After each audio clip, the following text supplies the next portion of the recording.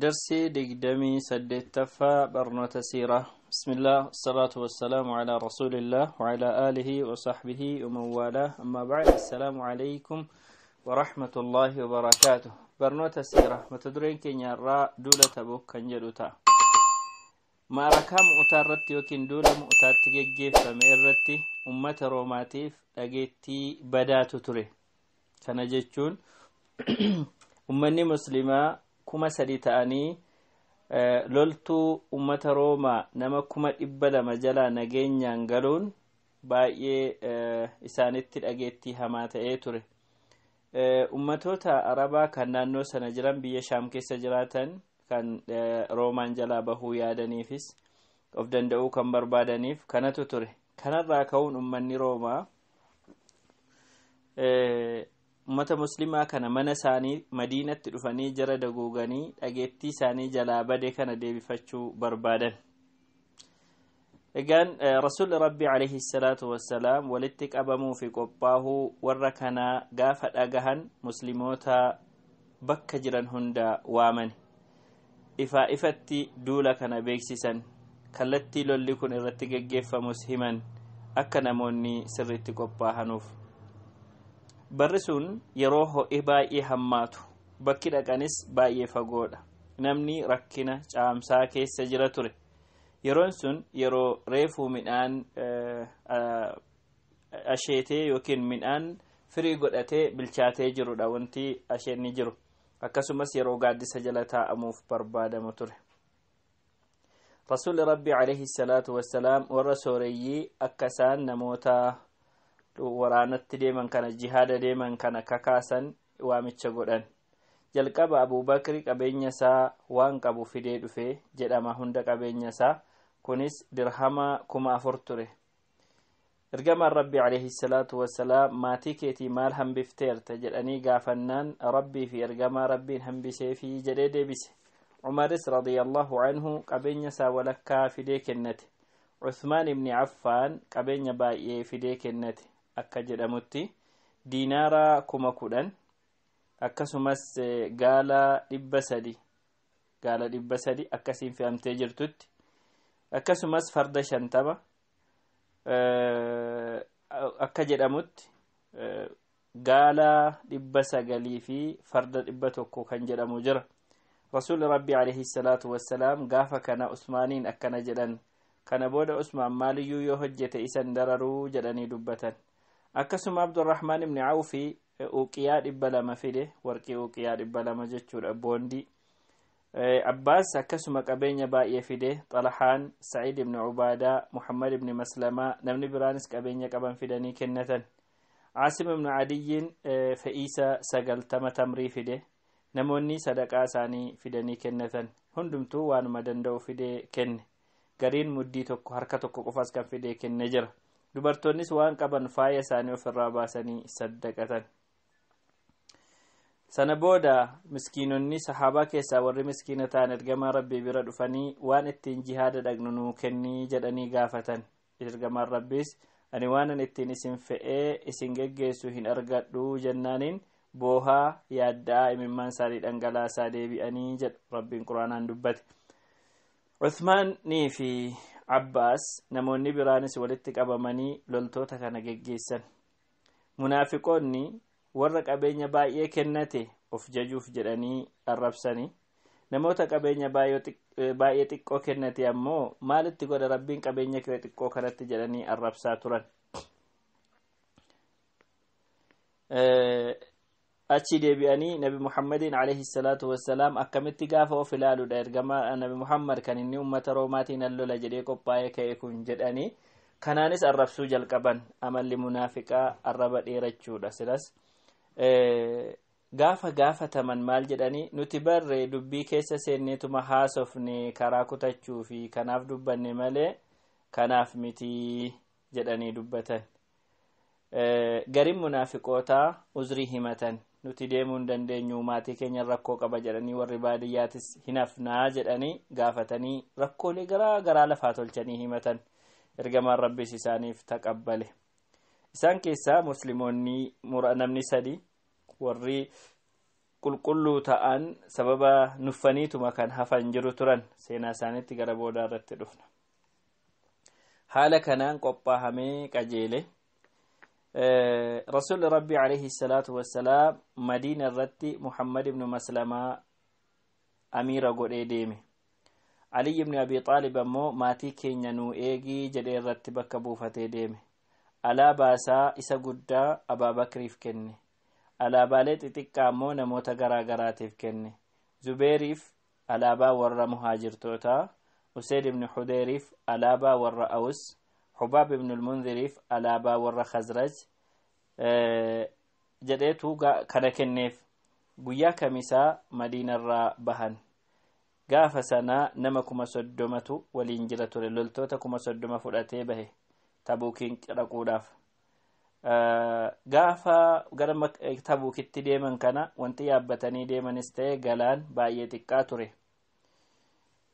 Namni 18 gaala tokko dabareedhaan yaabbata ture. Namni 18 gaala tokko dabareedhaan inni tokko irraa bu'ee inni tokko yaabbataa inni tokko haala kanaan deeman. Beelarraan kan ka'e baala mukaa nyaatan hamma afaan isaanii isaan madaa'u tokko. Gaala qalanii bishaan garaasii keessa jiru dhuguudhaaf dirqamanii turan.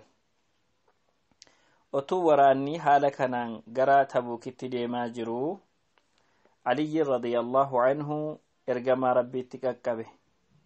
Sababni isaatis munaafiqoonni manatti haftee jedhanii isa arrabsinaan sababa kanaatiin aaree bahe.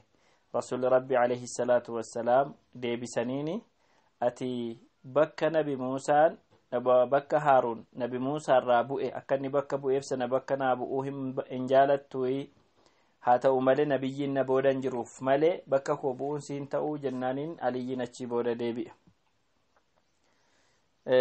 Gaafa ergamaan rabbi alayhi salaatu wassalaam nama fuudhee deemee dhaqanii diyaara Samuud yookiin biyya Hijri jedhamu bakka Samuud qubatanii turan.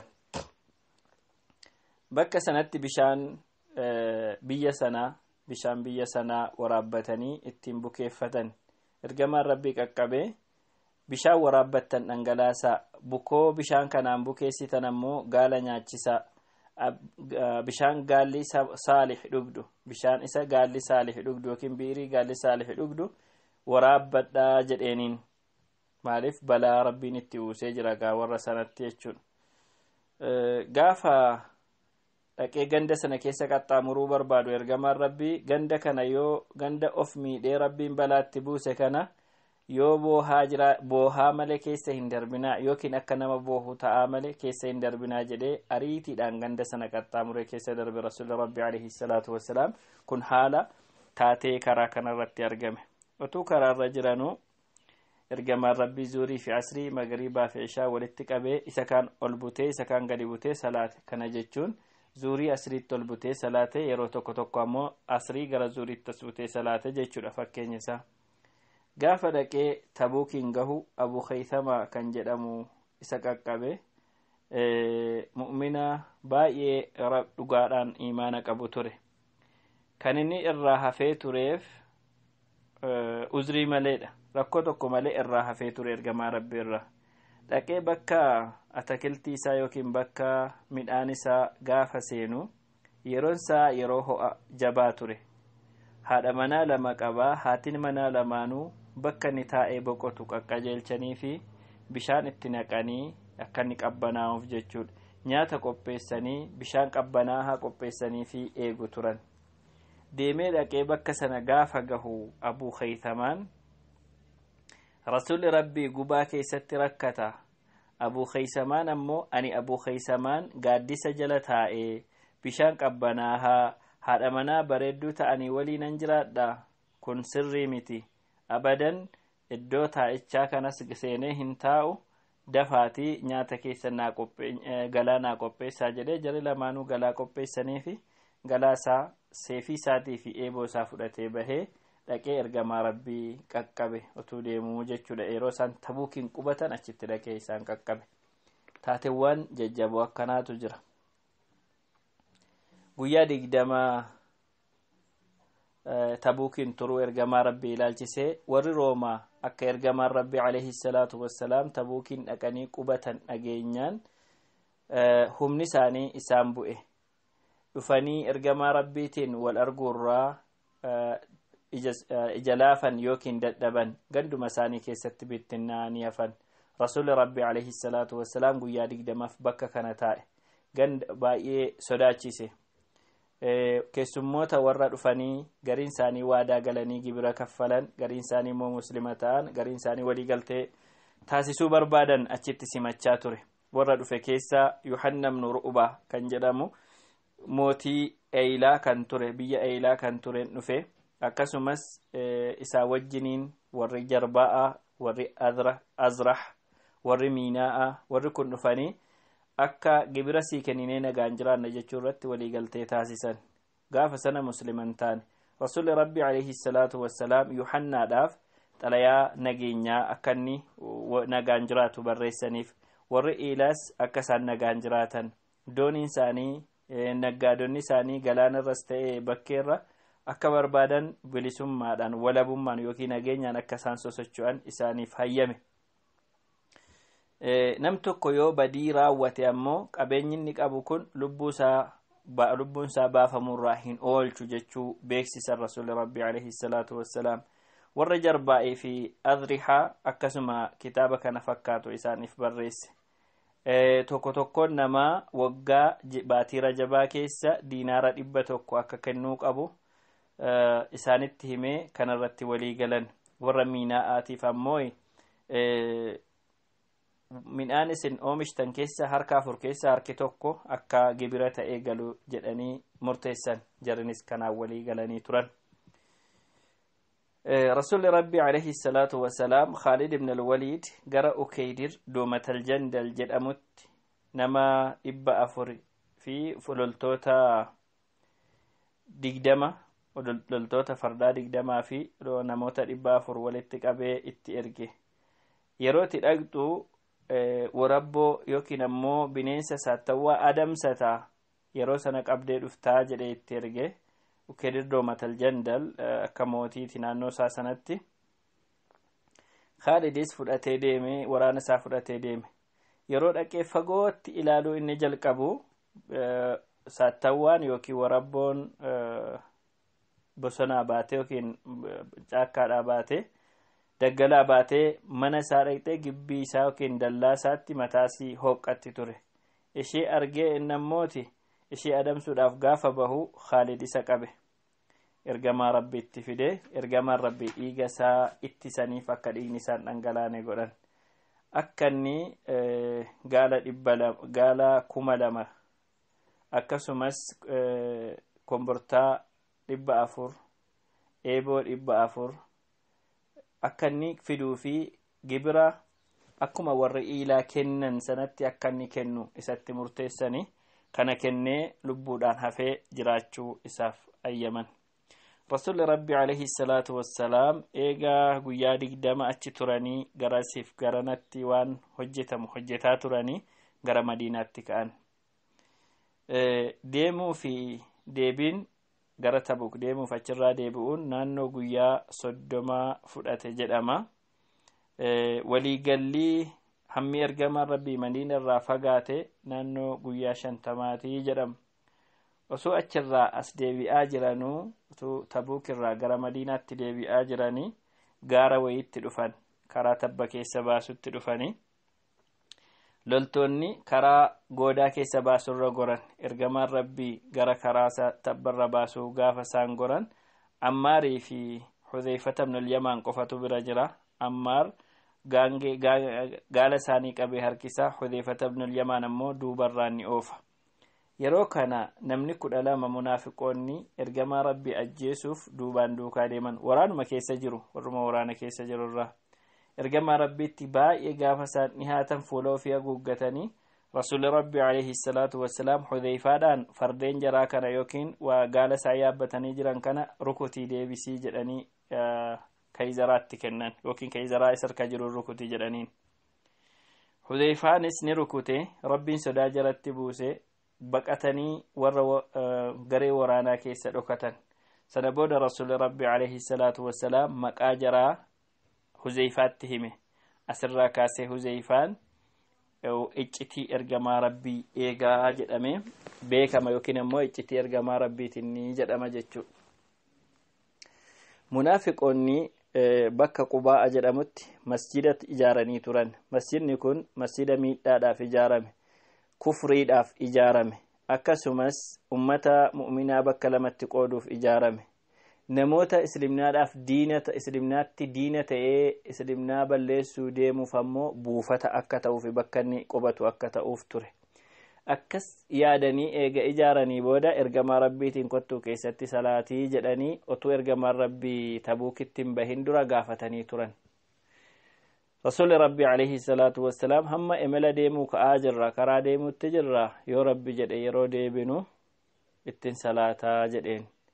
Osoo Tabuuk irraa deebi'aa jiru Zi'awaan bakka jedhamtu qubatee jira. Guyyaa tokkotu hafa Madiinaan galuuf yookiin garii guyyaati, guyyaayyuun guutuu jechuudha. Jibriil bu'ee alayhi salaam waa'ee masjida kanaa itti hime. Kana booda Rasuulli rabbii alayhi salaatu wassalaam namoota ergee gubsiisee diigsisee gubsiise masjidicha sana. Rasuulli rabbii alayhi salaatu wassalaam fagoodhaa dhufee Madiinaan gaafa fagootti arguu akkana jedhe. Fagootti gaafa isinitti mul'attu kun biyya Xaybaati, kun tabba Uhudiiti, tabba nuti jaalannu innis nu jaallataa jedheen. Namoonnis akka ergamaan rabbii dhufaa jiru dhagahanii wal bebeeksisan. Dubartoonni, ijoolleewwan warri manatti hafan bahanii ergamaa rabbii simatan. wallee isaanii wallisan. طلع البدر علينا من سنيات الوداع وجب الشكر علينا ما دعا لله داعي جتشا سمة. ergamaan rabbii dhufee masjida seenee achitti rakaa lama salaatee taa'e. Warri irraa hafan munaafiqoota irraa warri hafan yaa'anii dhufanii dhiifama gaafachuu jalqaban. Dhiifama jarri gaafatanis ergamaan rabbii irraa taqabbalee keessa isaanii immoo rabbitu sin beekaa jedhee rabbii walitti dhiise. Namoonni sadi mu'mina ta'anii dhugaadhaan mu'mina kan turan irraa hafanis dhufan. Jarri kan hafan warri hafe kun Ka'ab ibn Maalik, Muraarata ibn Arrabii', Hilaal ibn Umayyaa jedhamu. Gaafa dhufanis dhugaadhuma itti himan. Uzrii qabna hin jenne, uzrii tokkoyyuu hin qabnu jedhaniin. Gaafa jarri uzrii hin qabnu jedhan Rasuulli Rabbi alayhi salaatu wassalaam murtii keessa Rabbi irraa eeggadhaa jedheen. Waan Rabbi isinii murteesse taa eeggadhaa, kana booda malee wanti isinii gochuu danda'u hin jiru jedheeniin. Musliimoonni akka isaan jaraa wajjin hin haasofne dhowwaman. Lafti isaanitti wallaalame, lafti isaanitti dhiphate, baay'ee of jibban, guyyaan isaanitti dukkanaa'e. Otuu haala kanaan jiranuu gaafa guyyaa 40 ga'an ammas dabalata Rasuulli Rabbi alayhi salaatu wassalaam akka jarri haadha manaa isaanitti hin siqanne yookiin wajjin hin jiraanne dhowwan. Kun ammoo guyyaa 10 ture. Gaafa guyyaa 50 ta'u waliigalli guyyaa isaanii Rabbiin toobaa jaraa irraa taqabbalee warra sadan toobaan isaanii yookiin waa'een isaanii namoota irraa booda aanfame sana Rabbiin toobaa isaanii isaan irraa taqabbalee jira jechuu buuse. Musliimoonni baay'ee gammadan toobaa isaan irraa taqabbalamuu kana gammachiisan. Guyyaa gammachuu, guyyaa milkaahinaa kan Rabbiin isaanii godhe isa tokko taasiseef guyyaa kana. Kana keessatti aayaan garaagaraa bu'eeti munaafiqoota warra sobanii jiran fokkisiisee soba isaanii ifa baase. Mu'mintoota ammoo dhugaa isaaniitiin isaan milkeesse. Faaruun kan Rabbiiti. Kan ergamaan Rabbii duula Tabuuk irraa deebi'ee baatii Rajab bara 9ffaa keessa. Baruma kana keessa Najaashiin Ashamata ibnul Abjar jedhamu mootiin biyya Habashaa du'e. Salaata jama'aa irratti salaate, salaata janaazaa afwan, salaata al-ghaa'ib, salaata janaazaa isa irratti salaate ergamaan Rabbii. Achi booda intalli ergamaa Rabbii Ummu Kulsum duute baatii Sha'baanaa keessa bara 9ffaa ishirratti salaatee bakka Baqee jedhamutti owwaale. Ergamaan Rabbii sababa kanaatiin baay'ee gadde. Uthmaan ibn Affaanin radiyallahu anhu haadha manaasaa turte waan ta'eefi yaa Uthmaan otuu hantala sadaffaan qabateeti ishii sadaffaallee siin kennan ture jedheeniin.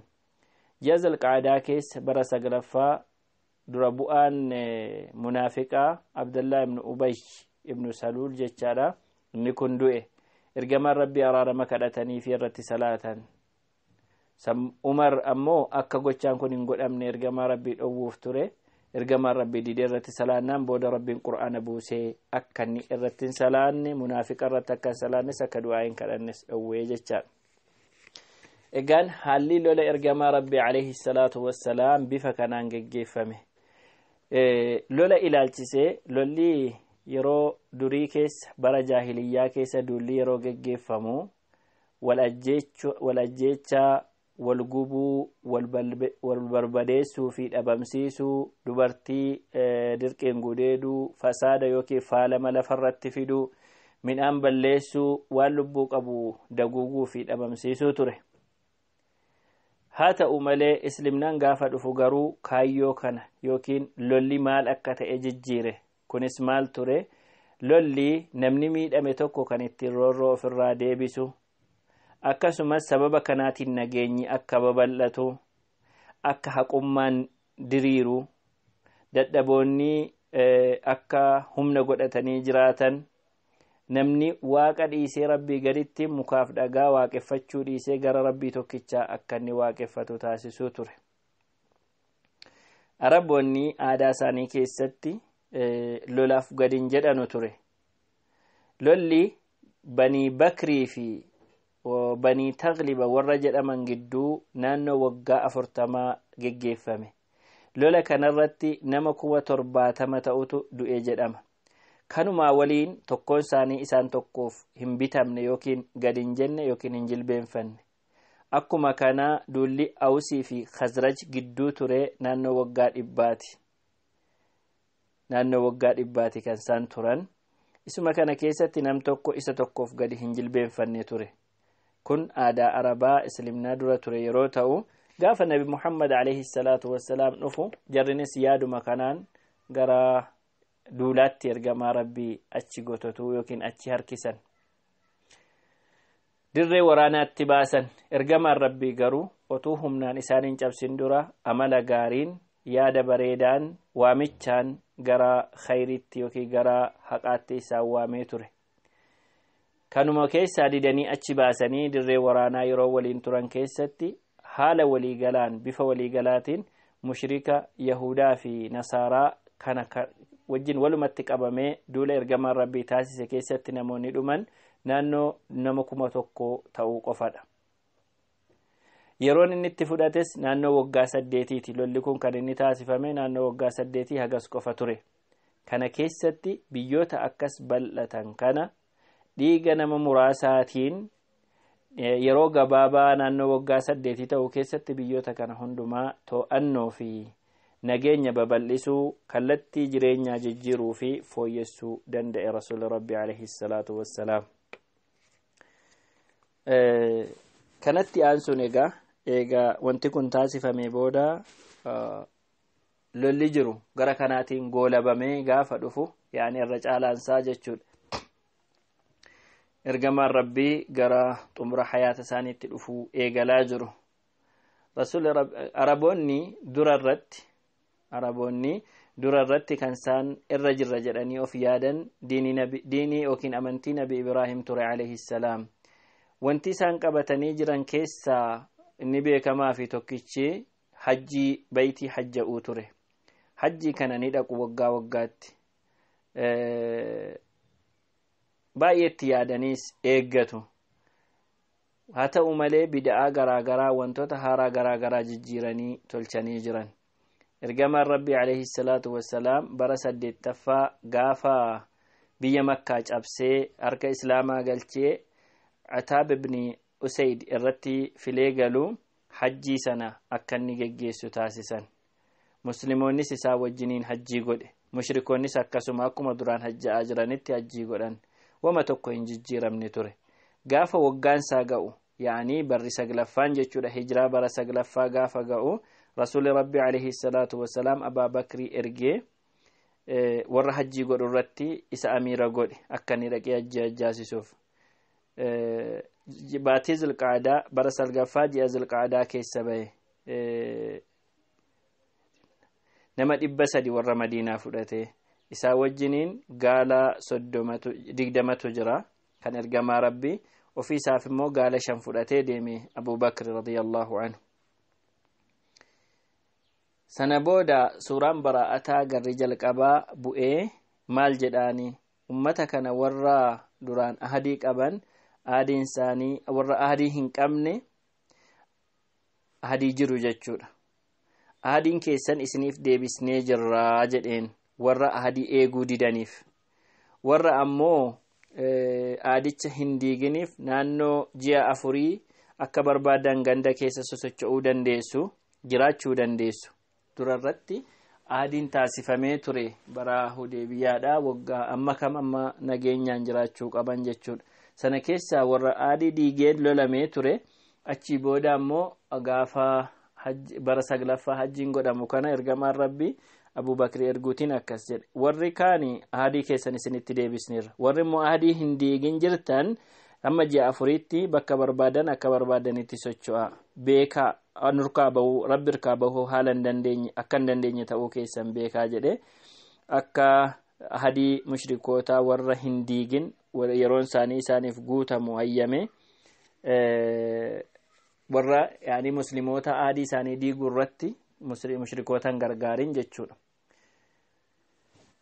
Sana booda nabiyyi rabbi alayhi salatu wassalam Ali ibn Abi Talib Abu Bakrin duukaa erge akka inni dhaqee bakka hajjii kanatti awaajii kana beeksisuuf. Namni bakka koo bu'ee dhaqee waan tokko hojjetu nama fira koo ta'e malee namni biraan hin ta'u jedhee rasuulli rabbi alayhi salatu wassalam Aliyyiitiin erge. Aliyyiin Abu Bakrin iddoonni Dajnaan au Araj bakka jedhamtutti dhaqee qaqqabe. Gaafa inni Aliyyiin dhaqee Abu Bakri bira ga'u Abu Bakrin ajajaa taatee dhufte moo ajajamaa taatee dhufte jennaani ajajamaa ta'een dhufee jedheen. Abu Bakri imaama ta'ee salaachisaa Aliyyiin immoo itti hidhatee salaata. Abu Bakr nama hajjii goosise gaafa yawman nahriin ga'u guyyaan 10 guyyaa bara hojii hajjiirraa gaafa guyyaan 10 gahu Aliyyiin jamraa bakka jedhamu bira dhaabbateeti namootatti suuraa baraa'ataa qara'e. Yaani suuraan baraa'ataa warri ahadii diigdan ahadii keessan isinitti deebifamee jira warra ahadiin diigin jirtan ammoo amma kana jiraadhaa amma ji'a 4 jedhe bifa kanaatiin isaanii fayyamee suuraa baraa'ataatti qara'ee jechuudha. Walumaa galatti ergaa suuraa baraa'ataa keessa jiru itti hime. Warra kaan ammoo isaaniif beellame Abu Bakrinis radiyallahu anhu namoota awaajii baasan ergeeti isaanis maal jedhan barana booda waggaa kana har'a yaani isa bara kana hojjetamaaru booda nam tokko qullaa Kaabaa hin xawaafu mushrikninis hajjii hin godhu jedhee dhowwe. Haala kanaatiin Abu Bakr hajjii godhee bara kana keessa xumuree jechuudha. Sana booda rasuulli rabbi alayhi salatu wassalam keessummoota taqabbaluu warra daa'ii ta'an yookiin diinii barsiisan biyyaa biyyatti erguu warra zakaa guuran biyyaa biyyatti erguutti deebi'ee jechuudha. hanga darsittaanu walitti deebinutti haadaa wa sallallahu wa sallama ala nabiyyina Muhammad.